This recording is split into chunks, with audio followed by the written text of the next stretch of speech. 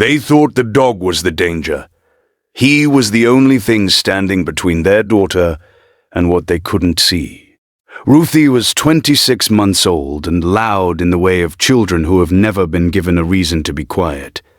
She narrated everything. She announced her preferences in full sentences. She was, her mother Sophia would say later, very much already herself. She had a way of engaging with their English Bulldog, Biscuit, that looked from a distance like arguing, which was not entirely inaccurate. She pointed at him and listed his shortcomings. He looked at her with the flat, patient expression of a bulldog, which could mean anything. They had a good dynamic, not a gentle, cuddly dynamic. A functional, practical one. She bossed him. He tolerated it. The household ran. Biscuit was 5 years old. 52 pounds. The kind of bulldog who moved through life with total unhurriedness, as though he had somewhere to be but was content to arrive when he arrived. He had no history of aggression, no food issues, no behavioral red flags of any kind. He was, in the vocabulary of dog owners, a good boy, in a very consistent way. The behavior started on a Wednesday and was initially visible as something between rough play and blocking. Ruthie would be in the playroom, moving around, talking to her toys, doing what 26-month-olds do. Biscuit would position himself, not in front of her always, to the side, directing her slowly and without drama. Away from the far corner of the playroom, where the old baseboard heater ran along the bottom of the exterior wall. Ruthie thought this was funny. She would take a step toward the corner. Biscuit would shift. She'd go right. He'd go right. She'd go left. He'd go left. She started doing it on purpose, treating it as a game, the way children treat any obstacle as a game. She would laugh and try to get past him, and he would, gently and without yielding, prevent it. Sophia watched it from the doorway Wednesday afternoon and thought, he's playing with her. She went back to folding laundry. That evening she mentioned it to her husband, Raphael. Biscuit was doing this funny blocking thing with Ruthie today. Raphael said, "Blocking?" She said, "Like herding." Raphael said, "Huh. Thursday. Same behavior." Ruthie moving toward the heater corner. Biscuit redirecting. Ruthie laughing and pushing against his flank with her small hands. Biscuit not yielding, not growling, not reacting at all except to remain exactly where he was and where he needed to be. Thursday evening, Raphael sat on the playroom floor and watched it happen for about 15 minutes. He had a different read than Sophia, he said. Afterward in the kitchen, out of Ruthie's hearing, "I don't think he's playing. I think he's keeping her away from something." Sophia said, "From what?" Raphael said, "The heater." He went to the baseboard heater and crouched beside it.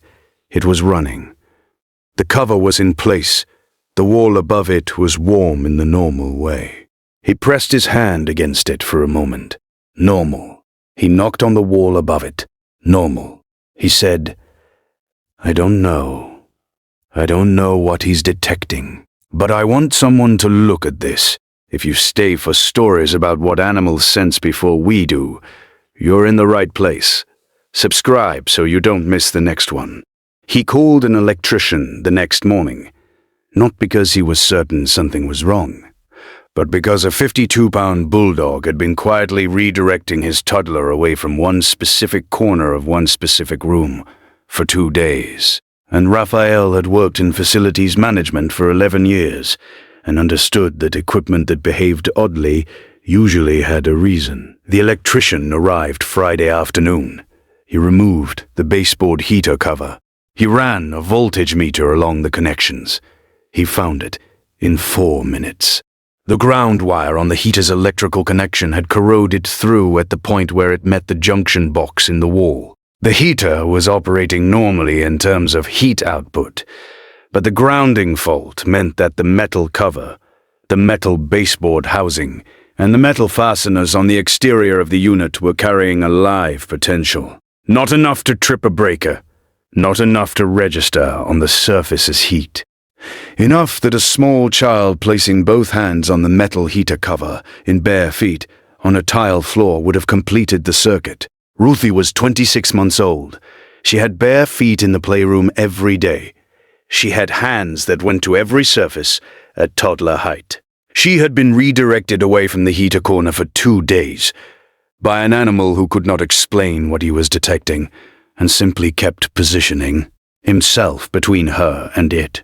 The electrician replaced the ground wire and tested the circuit and said, in the matter-of-fact tone of someone delivering technical information, this was a serious hazard. Raphael said, "How serious?" The electrician said, "Serious enough that I want you to understand what was prevented here." Raphael sat down on the playroom floor. Has your dog ever done something that made no sense until it was the only thing that made sense?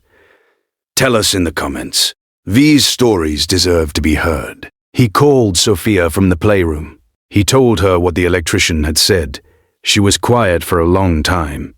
Then she said, "The heater. That's what he was keeping her away from." Raphael said, "Yes." She said, "For 2 days." He said, they went together and found Biscuit in the kitchen lying in his usual spot. Sophia sat on the floor beside him. She did not say anything dramatic. She put her hand on his broad, flat head and left it there. Biscuit exhaled through his nose the way bulldogs do, a long, slow push of air, and closed his eyes. Every guardian deserves to be recognized, even the ones who never asked for anything in return. If stories like this matter to you, subscribe so you never miss the next one. The heater was replaced. The junction box was updated. The wall was inspected.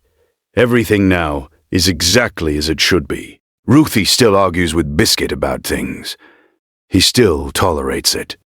The dynamic in that house is unchanged in every way that is visible, which is to say, it is unchanged in every way that Ruthie can see.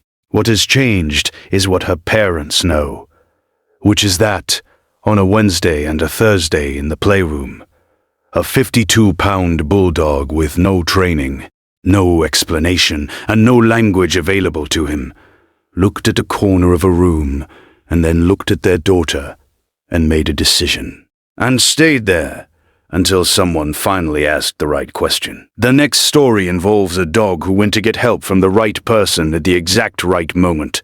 Stay with us.